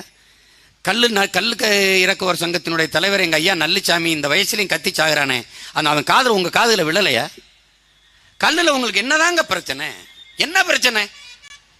ஐயோ, ஒவ்வொரு தேசியனத்திற்கும் ஒரு மது இருக்குது உலகம் பூரா. ஒரு நாட்டில் சாம்பியன், ஒரு நாட்டில் ஒயின், ஒரு நாட்டில் ஜின், ஒரு நாட்டில் ஓட்கா. ரஷ்யானா ஓட்கா, சில நாட்டில் ஒயின். திராட்சையில் காய்ச்சரா, முந்திரி பருப்பில் காய்ச்சரா, உருளைக்கிழங்குல காய்ச்சரா. எல்லா நாட்டிலும் அந்தந்த நாட்டிற்கு தேசிய மதுபானம் இருக்கு. இது என் நாடு தமிழ்நாடு, தமிழ் தேசம். என் தேசிய இனத்திற்கென்று ஒரு மதுபானம், பனம்பால், தென்னம்பால், மூலிகை சாறு. கடையில் அப்படிதான் எழுதுவேன், பனம்பால் கிடைக்கும், தென்னம்பால் கிடைக்கும். பனம்பால் 3 மாசம் பருவம் தீந்துரும். போ, தென்னை மரம் 24 மணி எப்பவும் இருக்கு. தென்னம்பால் குடி குடி. நீ எந்த மதுவையும் குடிச்சிட்டு நீ போதும்னு சொன்ன பத்திரிக்கா மட்டையாகி வாந்தி எடுத்து கிடப்பானே வெளியே போதும்னு சொல்ல மாட்டான். உலகத்திலேயே எவ்வளவு பணம் கொடு, எவ்வளவு நகை கொடு, போதும்னு சொல்ல மாட்டான். வைரம் கொடு, மரகதம் கொடு, மாணிக்கம் கொடு, பவளம் கொடு, போதும்னு சொல்ல மாட்டான். ஆனால் சோறு போடு, போதும்னு சொல்லிடுவான். ஏன்? உணவு வயிறு நெஞ்சவனா அதுக்கு போதும் போதும்ன்றான். அதுக்கப்புறம் போதும்னு ஒரு குடிபானத்தில் சொல்றான்னா கல்லில் மட்டும்தான் சொல்லுவான். ஏன்? அது உணவு. உணவின் ஒரு பகுதி அரசியலமைப்பு சட்டம் சொல்லுது. அந்த காலத்திலிருந்தே தமிழன் மரபில் கல் இருக்குது. அதை திறக்கிறதுக்கு இவனுக்கு என்ன பிரச்சனை? அருகில் இருக்கிற எல்லா மாநிலங்களும் கல் இருக்குது. கேரளா, ஆந்திரா, கர்நாடகா, புதுச்சேரி. இவனுக்கு என்ன பிரச்சனை? திறக்க மாட்டார்கள் திராவிடர்கள். ஏன்? இந்தியாவிலே எத்தனை முதலமைச்சர்களின் உடன் பிறந்தவனே யாருக்கு சாராய ஆலை இருக்கு? சந்திரபாபு நாயுடுக்கா? பினராயி விஜயனுக்கா? சொல்லு. ஒரிசா வேண்ட நவீன் பட்நாயக் இருந்துச்சா? இல்ல பீகார்ல நிதிஷ்குமாருக்கு இருக்கா? இருந்துச்சா? ஆனால் இந்த நாட்டில் ஆண்ட திமுக, அதிமுக 2 கட்சிக்கும் சாராய ஆலைகள். இங்க இருந்தா சரக்கு எடுத்து டாஸ்மார்க்கு வரும். எப்படி மூடுவான்? எப்படி கள்ளுக்கடையை திறப்பான்? கள்ளுக்கடையை திறந்தால் இந்த டாஸ்மார்க் வியாபாரம் படுத்துக்கிறோம். படுத்தால் வருமானம் குறைஞ்சிரும். யாருக்கு? இவர்களுக்குத்தான். சாராயம் வித்த காசுல நீ என்னடா நல்லது செஞ்சிட முடியும்? எனக்கு உங்களுடைய தோற்றுனர் பேரறிஞர் அண்ணா என்கிற பெருந்தகை மது விற்று வருகிற வருமானம் என்பதே குஷ்டரோகி கையில் இருக்கிற வெண்ணெய்க்கு சமம்ங்கிறாரு. அந்த வெண்ணெயத்தான் ரொம்ப நாளா இந்த நாய்கள் நக்கி நக்கி தின்னுட்டு கிடக்குது. குஷ்டரோகியில் இருக்க வெண்ணெய். சாராயம் வித்து அதில் வர்ற வருமானத்தை விட்டு வளர்ச்சி, கல்வி கொடுக்கிறேன், மருத்துவம் கொடுக்கிறேன், ரோடு போடுறேன், இளைஞர்கள் நலன், பெண்களுக்கு கொடுக்கிறேன். அத்தனை பேர் தாலியை எடுத்துட்டு 1000 ரூபாய் கொடுத்து கிழிக்கிறது, நாக்கு ஒழிக்கிறதா? இதெல்லாம் ஒரு முற்போக்கு. இது ஒரு சிந்தனை, இது பகுத்தறிவு. கேவலம். ஒரு ஆட்சி முறையை பாரு. சாமி முடாயி கோயிலுக்கு போகாத. பிராமணர்கள் உள்ள இருந்துட்டு உள்ள வராதரா தீட்டுட்டான், வெளியேறிட்டான். உள்ள விடலவன். கற்பகிரகத்துக்குள்ள வராத நீ தீட்டுன்ட்டான், சூத்திரன்ட்டான். கோயிலை கட்டினது யாரு? எங்க அப்பனா ஆத்தாலும் என் தாத்தனும் பாட்டணும். கோயிலுக்குள்ள நான் வந்தா தீட்டு. சரி, வெளியில வந்துட்டேன். கோயிலுக்குள்ள போகாத முட்டாப்பைய, அறிவு கட்டவன் அவன் தான் போவான். யார்? பெரியார், திராவிட இயக்கங்கள். கோயில் எனக்கு வழிபாட்டு தலம் மட்டுமல்ல, என் இனத்தின் வரலாற்று பேராவணம். என் இன வரலாறு கோயில்களின் மதில் சுவர்களில், கல்வெட்டுகளில் தான் குறிக்கப்பட்டிருக்கு. இவனப்பார் குடவாயில் பாலசுப்பிரமணியம் மகத்தான பெருந்தகை எழுதிய நூல்களை படி. 18ஆம் நூற்றாண்டிலே இந்த கோயில், இந்த கல்வெட்டில் இந்த குறிப்பு இருக்கிறாங்கிறது. அப்ப என் இன வரலாறு, என் இன வழிபாட்டில் இருந்தும் வரலாற்றில் இருந்தும் வெளியேற்றியவர்கள் இந்த இந்திய திராவிடர்கள். இப்ப நாங்க செய்யறது எதிர் புரட்சி. என் தாத்தாவுடைய பணப்பையை அத்துக்கொண்டு ஒருத்தன் ஓடிவிட்டான். அப்ப நீ என்ன செய்வ? அவரால் ஓடி விரட்டி பிடிக்கும்ல. பேரன்கள் பேத்திகள் நாங்கள் ஓடி வந்து விரட்டி விரட்டி எந்த திருடன் பறித்து கொண்டு ஓடினாரோ அவனை அடித்து பிடித்து மறுபடி அந்த பணப்பையை மீட்டுக் கொண்டு வருகிற பண்பாட்டு மீட்சியைத்தான் தமிழ் தேசிய பிள்ளைகள், நாம் தமிழர் கட்சி, வீரத்தமிழர் முன்னணி என்ற ஒன்றை தொடங்கி செய்து கொண்டு அங்கிருந்து கூட்டிட்டு வந்து எங்க விட்டா நீ? எங்களை அப்படியே வா, அங்க கும்பிடாத, அது முட்டாப்ப எங்க வா. எங்க கொண்டு வந்த? எம்ஜிஆர் சமாதி, அண்ணா சமாதி, ஜெயலலிதா சமாதி, கருணாநிதி சமாதியில கட்டடிக்க விட்ட, பஜனை பாட விட்ட, பொதகுழியில விழுந்து கும்பிட விட்ட. உன்னுடைய பகுத்தறிவு, உன்னுடைய கடவுள் மதிப்பு, இதான் திராவிடம். இப்ப தமிழ் தேசியம் என்ன செய்து? உலகத்தின் மூத்த இனத்திற்கு என்று ஒரு வழிபாடு இருந்திருக்காதா? ஒரு மெய்யியல் கோட்பாடு இருந்திருக்காதா? இருந்திருக்கும். அது என்னது? இயற்கை வழிபாட்டு மரபினன், மூத்தோர்கள், அவர்கள் தெய்வங்கள். அதை மீட்க வேண்டிய பொறுப்பும் கடமையும் ஒவ்வொருத்தனுக்கு இருக்கு. இனமுன்னோர் சிவம், முருகன், சிவன், மாயோன், இவர்களெல்லாம் இனமுன்னோர்கள். கொற்றவை, இவர்களெல்லாம் இனமுன்னோர்கள். குலமுன்னோர் காளி, ஐயனார், கற்பனைசாமி, சுடலைமாடன், இவர்களெல்லாம் குலமுன்னோர்கள். நம்ம ஒரு பைத்தியக்கார பையில வந்து கவர்னரா போட்டு ஆளுநரா போட்டீங்க. குலதெய்வ வழிபாட்டை ஒழிக்கணுமா? உங்களெல்லாம் நுழைய விட்டது தப்பு தானே, உங்களெல்லாம் நிற்க விட்டது தப்பு தானே. திராவிட எவனாவது வாய் திறந்திருக்கான பத்தியில தொலைச்சு பெறுவேன் எவனாவது சொல்றான பத்தியில? நான் ஒருத்தன் தான் சொன்னேன், நீ இருக்க வேண்டியது ஆளுநர் மாளிகையில் இல்லை கீழ்ப்பாக்கம் மருத்துவமனையில்னு சொன்னது நான் ஒருத்தன் தான். இதே ஆளுநர் திருப்பி ஒரு தடவை நான் முதலமைச்சர் ஆனன்னு போட சொல்லு பார்ப்போம். அவர் வீட்டை விட்டு வெளியில் வந்துட்டாருன்னா பாரு, பெரிய பூட்டை போட்டு வெல்டு வச்சு ராடை வச்சு பூட்டிட்டு போயிடுவேன். ஒரு மின்சாரத்தை உள்ள விட பாட்டேன், தண்ணீர் சப்ளை இருக்காது, தண்ணீர் தொடர்பு துண்டிச்சு விட்டுருவேன். குய்யோன்னு கத்திரி கிடக்க வேண்டியதான். கையெழுத்து போட மாட்டேன் நீ, அவரை தாங்க மாட்டார். அவ்வளோ அவர் தாங்க மாட்டார். விட்டு என்ன சேட்டை நீங்க. சாதிவாரி கணக்கெடுப்பு அந்த காலத்திலிருந்து எங்க ஐயா பேசுறாங்க.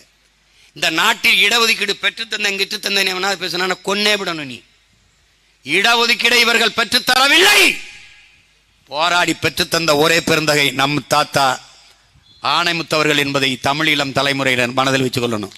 ஒற்றை மகனாக சென்று இந்திய நிலப்பரப்பில் பல்வேறு மாநிலங்களில் இருக்கிற ஒடுக்கப்பட்ட பிற்படுத்தப்பட்ட தலைவர்களை சந்தித்து, குடியரசுத் தலைவரை சந்தித்து, பிரதமரை சந்தித்து பேசி பேசி பேசி பேசி இந்த 69 விழுக்காடு இடஒதுக்கீடு மண்டல கமிஷன் என்று ஒன்றை கொண்டு வந்ததே நம்முடைய ஆணைமுத்து என்பதை அறிவார்ந்த தமிழ் சமூகத்தின் தம்பி தங்கைகள் நினைவில் பதிவித்துக் கொள்ளணும்.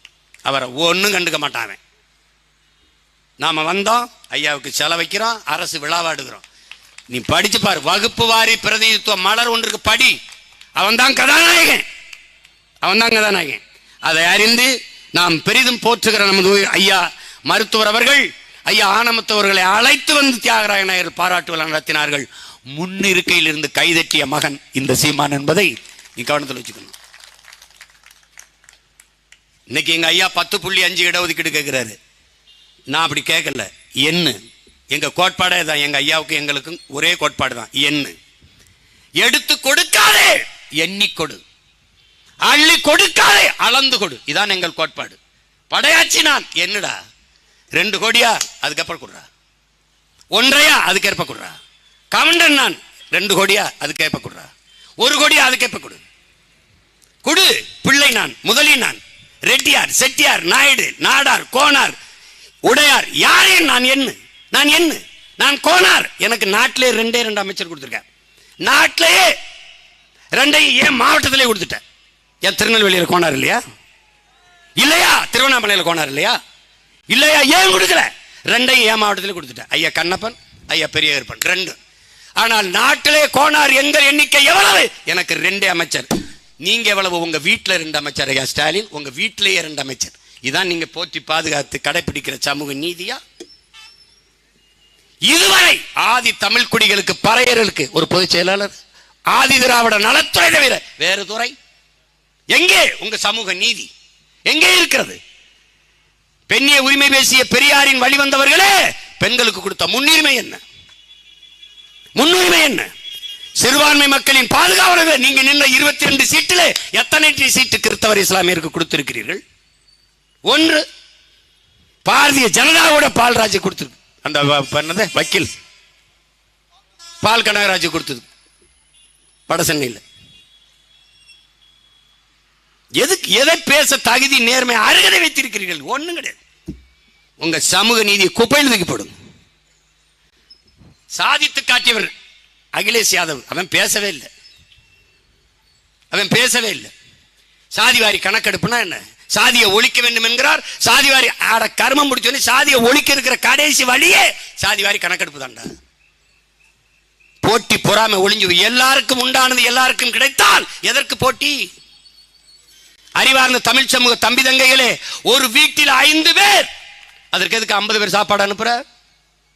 ஒரு வீட்டில் 50 பேர், அவனுக்கு எதுக்கு 5 பேர் சாப்பாடு அனுப்புற?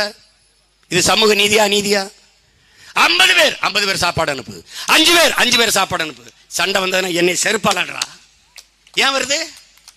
படையாட்சிக்குள்ளது படையாட்சி, பறையருக்குள்ளது பறையர், கவுண்டருக்குள்ளது கவுண்டர், நாடாருக்குள்ளது நாடார், தேவருக்குள்ளது தேவர், தேவர்லையே கல்லர் எவ்வளவு, மரவர் எவ்வளவு, ஆகமுடியார் எவ்வளவு? என்ன நீ? கல்லருக்கு ஒரு அமைச்சர், மரவருக்கு ஒரு அமைச்சர், ஆகமுடியாருக்கு ஒரு அமைச்சர், முக்குளத்தோருக்கு 1 1 3 முடிஞ்சு. நீ வீட்டில் 2 வச்சுக்கிற. இது சமூக அநீதி. நீ என்ன என்ன எண்ணி கொடு. நீ என்ன மாட்ட. ஏன் பாரதிய ஜனதா எடுக்காது? பாரதிய ஜனதா கட்சி இருக்கும்போது தள்ளுறது அப்படியே. மத்திய அரசு தான் அதை எடுக்க. அவன் தான் எடுக்க மாட்டானே. அவன் எடுக்க மாட்டான். ஏன்னா தெரிஞ்சிடும் எவ்வளவு பேர்னு. 3 பேர் இருக்கான். 97 பேர் விடுதலை பெற்ற இந்தியாவில் அவன் வாழ்வதற்கும் ஆள்வதற்கும் உழைத்துக் கொண்டிருக்கிறோம். தெரிஞ்சிடும். இங்கே எடுக்காது. திமுக ஏன் எடுக்காது? எவ்வளவு காலமாக தமிழ் பெருங்குடி மக்களினுடைய உரிமையை இவர்கள் அனுபவித்துக் கொண்டிருக்கிறார்கள் தெரிஞ்சிடும். கொந்தளிச்சிருவான். செய்ய மாட்டார்கள். பெரியாரின் பேர் சொல்லுகிறவர்கள் கருணாநிதியின் வாரிசுகள் நம்மை ஏமாற்றும். பிரபாகரன் பிள்ளைகள் தான் இதையெல்லாம் மாற்றும். இதுக்கெல்லாம் தீர்வு காணும். எல்லாருக்கும் உண்டானது எல்லாருக்கும் கிடைத்தால்தான் சமூக நீதி, சமவாய்ப்பு, சமூக நீதி. ஏழைக்கு ஒரு கல்வி, பணக்காரனுக்கு ஒரு கல்வி, தாழ்ந்தவன் உயர்ந்தவன் என்ற பாகுபாடற்ற மருத்துவம் இதெல்லாம் கிடைக்க வேண்டும் என்றால் தமிழ் தேசியம் மலர்வது வெல்வதுதான் வளர்வதுதான் இருக்கிற ஒரே வாய்ப்பு. இந்த 60 ஆண்டுகளா பார்த்துட்டியே நீ. 60 ஆண்டுகள். ஐயா ஸ்டாலின் தன் ஆட்சியை நிறைவு செய்யும் போது 60 ஆண்டு, அரை நூற்றாண்டுகளுக்கு மேலே என்ன மாறுதலை கண்டீர்கள்? ஒரே ஒரு 5 ஆண்டு உங்கள் பிள்ளைகளிடத்தில் கொடுத்து பாருங்க. முன்னமே இந்த பிள்ளைகள்ட்ட ஆட்சியை கொடுத்திருக்கலாம் என்று நீங்கள் வருந்துகிறீர்களா இல்லையா என்று பாருங்க. 2 ஆண்டுகள் இல்ல, 2 மாதமே இருந்தாலும் என் தங்கை உள்ள அனுப்புங்க. அவர் கேட்கிற கேள்விக்கு யார்ட்டாவது பதில் இருக்கா பாருங்க. புரட்சி என்பது ஒரு பொறிதானே என் உடன் பிறந்தவர்களே. பொறிதானே. ஒரு மெழுகுவர்த்தி, ஒரு சிமிழி வழக்கில் எழுகிற தீ, சின்ன திரியில் எரிகிற தீபத்தை, தீயை என்று நீங்கள் வாயிட்டே இருந்து ஊதினாலே அந்த காத்து அணைச்சு விடும். சிறு நெருப்பாக இருந்து ஊதும் போது வாய்க்கிட்ட இருந்து ஊதுற காத்து அணைச்சிருது, சின்ன காத்து. அதே நெருப்பு அடர்ந்த காட்டிலே பற்றி பெருநெருப்பாக மாறுகிற போது எந்த காற்று ஊதி அணைத்ததோ அதே காற்று ஊதி ஊதி வளர்க்கும். இதுதான் புரட்சி. அந்த புரட்சியைத்தான் உங்கள் பிள்ளைகள் பற்றி பெருநெருப்பாக எரிய தொடங்கி இருக்கிறோம். இப்போது ஊதி ஊதி அந்த காற்று வளர்க்கும். பாருங்கள், நீங்கள் நடக்கும். தனி மனிதன் சீமான் இந்த சாலையில் நடந்தால் விபத்து, ஆக்சிடென்ட். நாங்கள் எல்லோரும் சேர்ந்து நடந்தால் டிராபிக் ஜாம், போக்குவரத்து நிறுத்தம். இதுதான் புரட்சி. மாறுதல் என்பது இப்படித்தான். உங்கள் தோட்டத்தில் இருக்கிற தென்னை மரத்தை போய் பாருங்கள். அடிமட்டையிலிருந்து முனிமட்டை வரை ஒரு மட்டை பிறந்ததற்கும் வாழ்ந்ததற்கும் இறந்ததற்குமான தடத்தை மரத்திலே சுவடாக பதித்து விட்டு போகுது. ஒரு மட்டை பதித்து விட்டு போகுது. மான தமிழ் மக்கள் நாம் இந்த மண்ணிலே பிறந்ததற்கும் வாழ்ந்ததற்கும் மறந்ததற்குமான வரலாற்று சுவடை வைத்து விட்டு போகவில்லை என்றால் எப்படி? தடம் பார்த்து நடப்பவன் மனிதன், தடம் பதித்து நடப்பவன் மாமனிதன் என்கிறான் பிடல் காஸ்ட்ரோ. நாம் தடம் பதித்து நடக்கிற மாமனிதர்களாக மாற வேண்டும் என்றால் இந்த தேர்தலில் அந்த வரலாற்று பெரும் மாறுதலை ஏற்படுத்தணும்.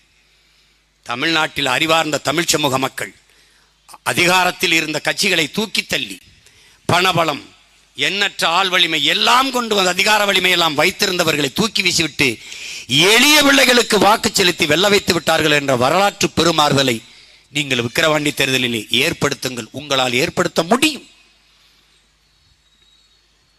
ஒற்றை விரலால் உலகம் திரும்பி பார்க்கிற புரட்சியை உங்களால் செய்துவிட முடியும். அபிநயா பொன்னிவளவன் என் தங்கை, அவள் இந்த மண்ணின் மகள், இந்த சமூகத்தை சார்ந்தவள். அதெல்லாம் எங்க பார்வையே கிடையாது. அவள் மான தமிழ் மகள், தமிழ் பேரினத்தின் செல்ல மகள் என்கிறதெல்லாம். எத்தனை காலத்திற்கு சாதி பார்த்து வாக்கு செலுத்துவாய்? சாதி பார்த்து வாக்கு செலுத்தி நீ சாதித்தது என்ன? என்ன சொல்லு? திராவிட தோட்டத்தில் நீ ஒரு ஒட்டு செடியாகத்தான் இருக்கிறாய். ஒன்னு இந்த பக்கம் இல்ல அந்த பக்கம். தனித்த பேராற்றலாக மாறுவது எப்போது? தமிழன் எவன் வந்தாலும் சாதி பார்க்கிற கூட்டமே. தமிழன் அல்லாத எவன் வந்தாலும் அப்படியே தலைமை ஏற்கிறியே. ஒன்ன உனக்கு மனநோய்.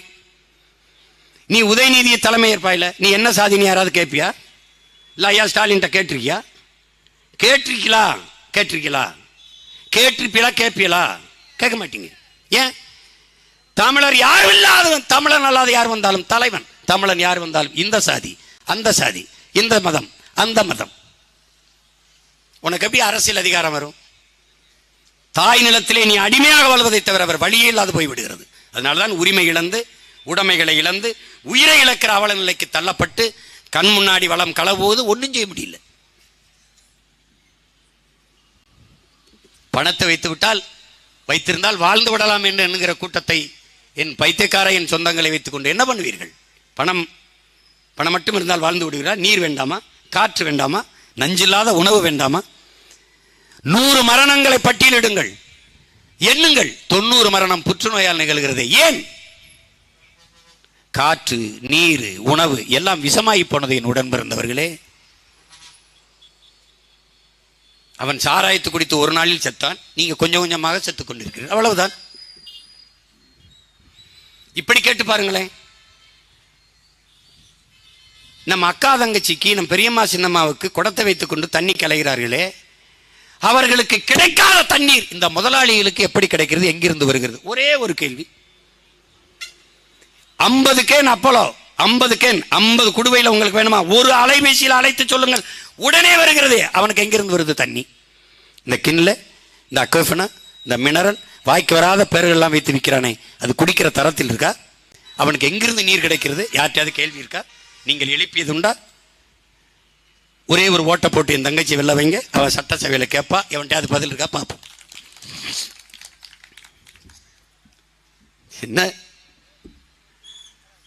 என்னது இது? மழை இல்லாத நிலம் பாலைவனமாகி விடுங்கிற ஒரு அடிப்படை அறிவு வேண்டாமா? இவர்களுக்கு எப்படி வரும்? இவ்வளவு பெரிய வளங்களை வைத்துக்கொண்டு வெங்காயத்தை வெளிநாட்டிலிருந்து இறக்குமதி செய்த வெங்காயங்களுக்கு என்ன அறிவு இருக்கும்? இந்த வெங்காயங்கள் எந்த நாட்டிலிருந்து வெங்காயத்தை இறக்குமதி செய்ததை தெரியுமா? என் உடன் பிறந்தவனே, எகிப்துல, ஈஜிப்துல, எங்க? பாலைவன நாட்டில் இருந்து இறக்குமதி செய்தார்கள். பாலைவன நாட்டில் இருந்து அவன் நமக்கு வெங்காயத்தை ஏற்றுமதி செய்கிறான். இவ்வளவு வளம், இவ்வளவு வளம், கடல் வளம், காட்டு வளம், மலை வளம், நீர் வளம், நிலவளம் எல்லாத்தையும் வைத்துக் கொண்டு, அளப்பரிய மனித ஆற்றலை வைத்துக் கொண்டு வெங்காயம் பருப்பை இறக்குமதி செய்கிற நாட்டில் போய் என்ன பேசுறதுக்கு இருக்கு? என்ன பேசுவ நீ?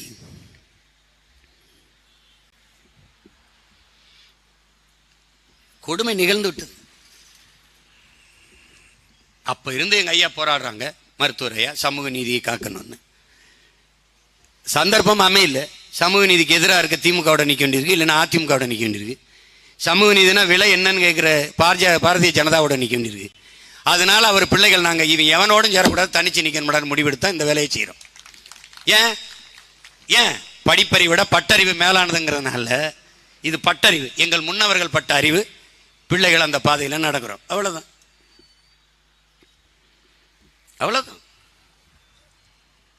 எந்த காலத்திலையும் பாரதிய ஜனதா, காங்கிரஸ் வகுப்பு வாரி பிரதிநிதித்துவம் கொடுக்க போறதில்லை, எடுக்க போறதும் இல்லை, எடுக்காது. இப்பதான் ராகுல் காந்தி ரொம்ப நாள் கோமாவில் இருந்து வந்த மாதிரி, நாங்கள் வந்தால், நேத்தான கட்சி ஆரம்பிச்சிருக்காங்க காங்கிரஸ், இனிமே தான் போட்டிட்டு ஜெயிச்சு உள்ள போகணும். விடுதலை பெற்ற இந்தியாவை 600 நூற்றாண்டுகளுக்கு மேலாக ஆட்சி செய்த பெருமக்கள் அவர்கள் தான். எங்க அப்பா நம்மாழ்வார் அவர்கள், மகனே, உலகத்தில் எந்த நச்சு நாசகார திட்டத்திற்கும் வேறு தேடி நீ பயணித்தால் அது அமெரிக்காவில் இருக்கும். தமிழ்நாட்டில் எந்த நச்சு திட்டம் நாசகார திட்டத்திற்கு வேறு தேடி போனாலும் அது கருணாநிதி வீட்டில் அவர் கையெழுத்தில் இருக்கும். அதான் திமுக, திராவிடம். எந்த திட்டம்? நீ என்கிட்ட ஒன்று சொல்லு. ஸ்டெர்லைட் திமுக அதிமுக தெரியாம வந்துருச்சா?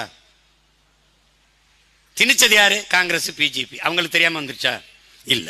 இந்த 2 கட்சிக்கு தெரியாம அணு உலை நடப்பட்டுருச்சா? மீத்தேன் ஈத்தேன் நான் தான் கையெழுத்து போட்டேன்னு அவரே ஒத்துக்கிட்டாரு. ஐயா ஸ்டாலின். மீத்தேன் ஈத்தேனை நானும் அண்ணன் பள்ளிமாணிக்கம் சேர்ந்துதான் கொண்டு வந்தோம். எங்க ஐயா டிஆர் பாலே பெருமையா பேசிட்டாரு. எல்லா திட்டமும் எது நீ எதிர்த்து போடுறாரு? நீட் கொண்டு வந்தது யாரு? காங்கிரஸ். கூட இருந்து கும்மி எடுத்தது யாரு? திமுக. ஜிஎஸ்டி கொண்டு வந்தது யாரு? காங்கிரஸ். கூட இருந்து கையெழுத்து விட்டு கொண்டாடியது யாரு? நம்ம திமுக. என்ஐஏ கொண்டு வந்தது யாரு? காங்கிரஸ். அது கையெழுத்திட்டு வரவேற்றது யாரு? இதே திமுக. ஒன்னொன்னா கேட்டுக்கிட்டே வா, சொல்றேன் நான்.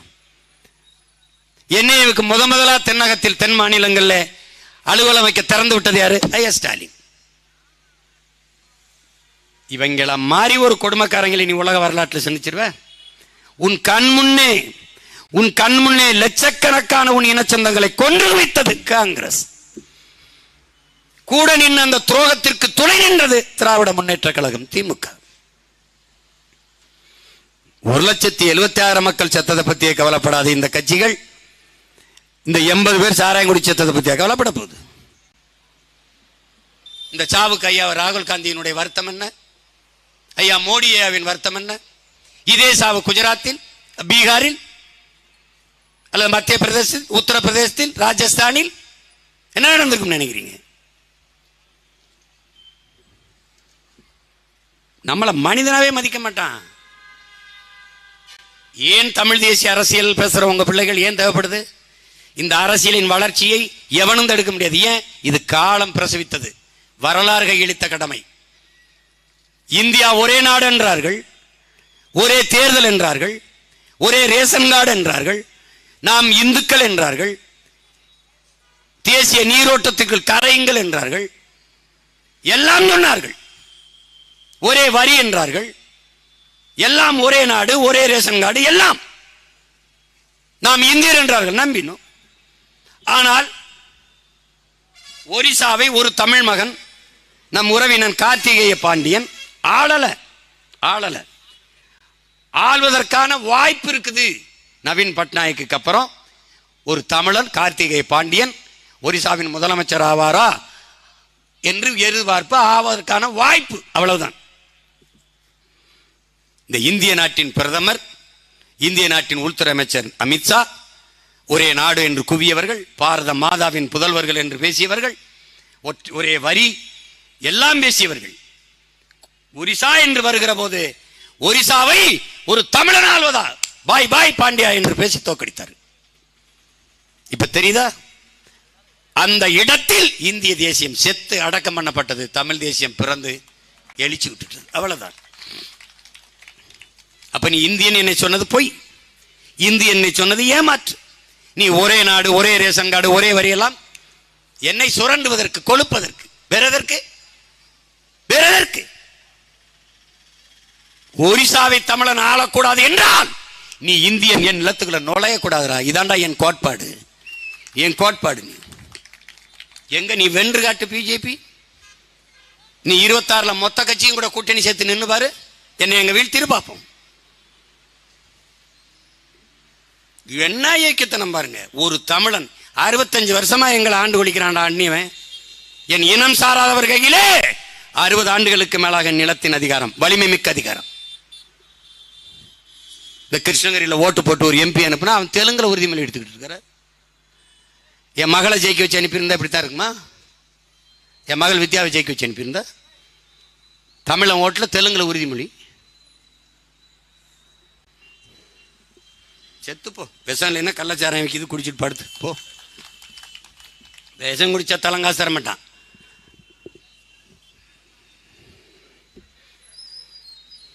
இனிமேலாவது மான தமிழ் மக்கள் விழித்துக் கொள்ளணும். அவர்கள் எல்லாம் சரியாக இருக்கிறார்கள், நாம் சரியாக இருக்க வேண்டும் என்று போராடும் போது பாசிசம் என்கிறார்கள், சாவனிசம் என்கிறார்கள், மொழிவெறி என்கிறார்கள், இனவெறி என்கிறார்கள், தேச துரோகி என்கிறார்கள். எது தேசம்? இது என் தேசம். என் தேசத்துக்கு நான் எங்க துரோகம் செய்கிறேன்? எங்க துரோகம் செய்கிறேன்? நீதான் என் தமிழ் தேசத்திற்கு துரோகம் செய்கிறாய். காவிரி நதிநீரை பெற்றுத்தர முடியல, உனக்கு துப்பு இல்ல. கச்சத்தீவை மீட்க முடியல. திடீர்னு கனவு கண்டது மாதிரி கச்சத்தீவை மீட்கணும். நீங்க 2 கேள்வி கேட்டா பதில் விட்டு போயிட்டீங்க. தேர்தல் அறிக்கையில கச்சத்தீவு பேர் இல்ல.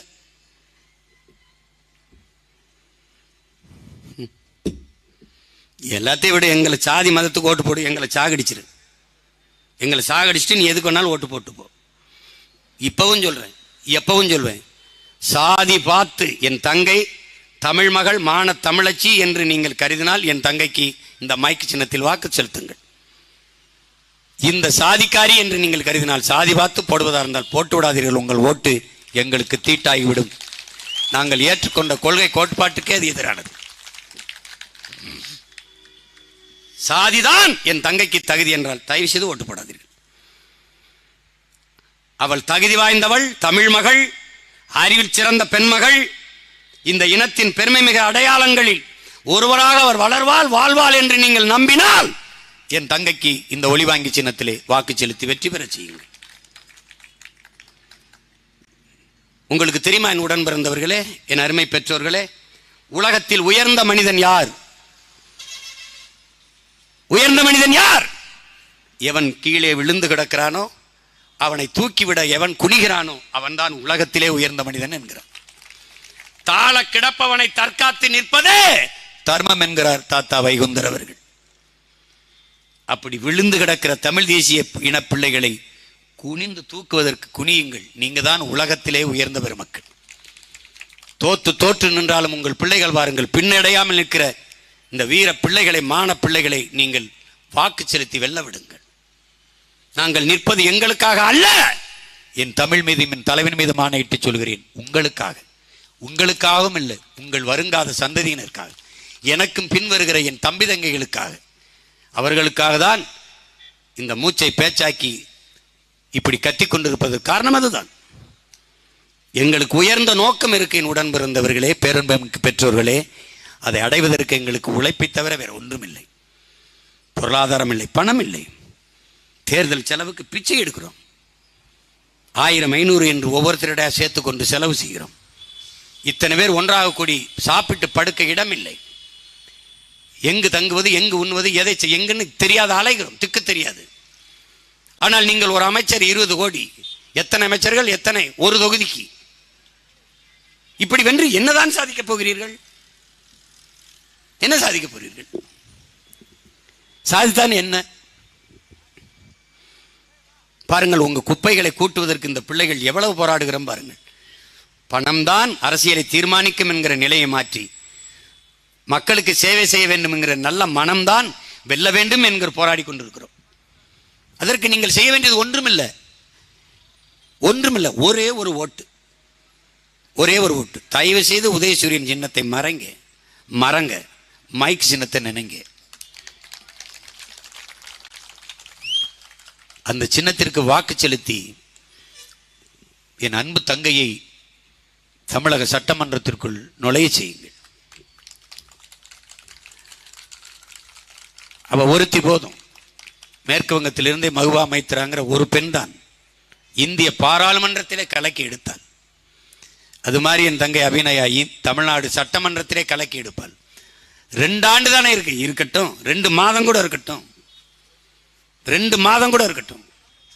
உட்கார என்னை கேட்டாங்க, நீ என்ன அணுவில் போய் இப்போ போராடுற அனுமதிச்சுட்டு இப்போ போய் ஆபத்துங்கிற அப்படின்னு.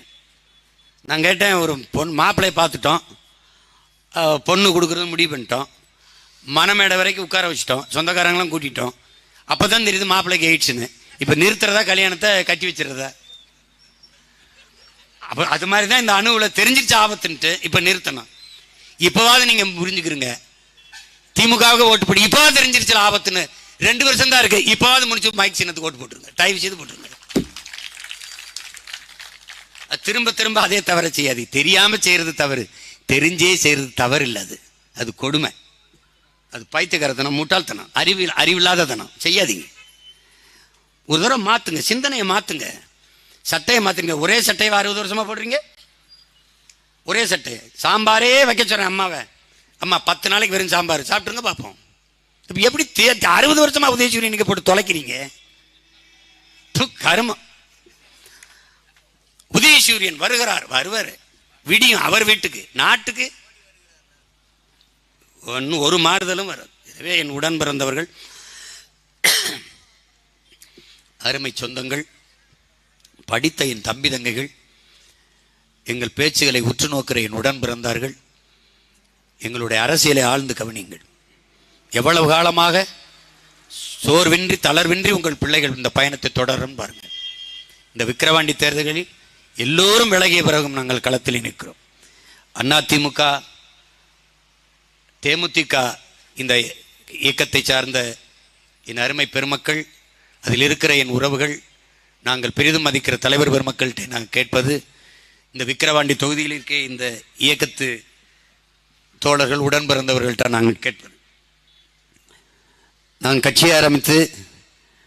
ஆரம்பிப்புக்கு முன்பு அதிமுகவை ஆதரித்து 2009 இரட்டை இலைக்கு அம்மா ஜெயலலிதாவை ஆதரித்து வேலை செய்து என் இனத்தை கொண்டிருந்த போது கொண்டிருக்கிற காங்கிரஸையும் திமுக வீழ்த்த வேண்டும் என்பதற்காக.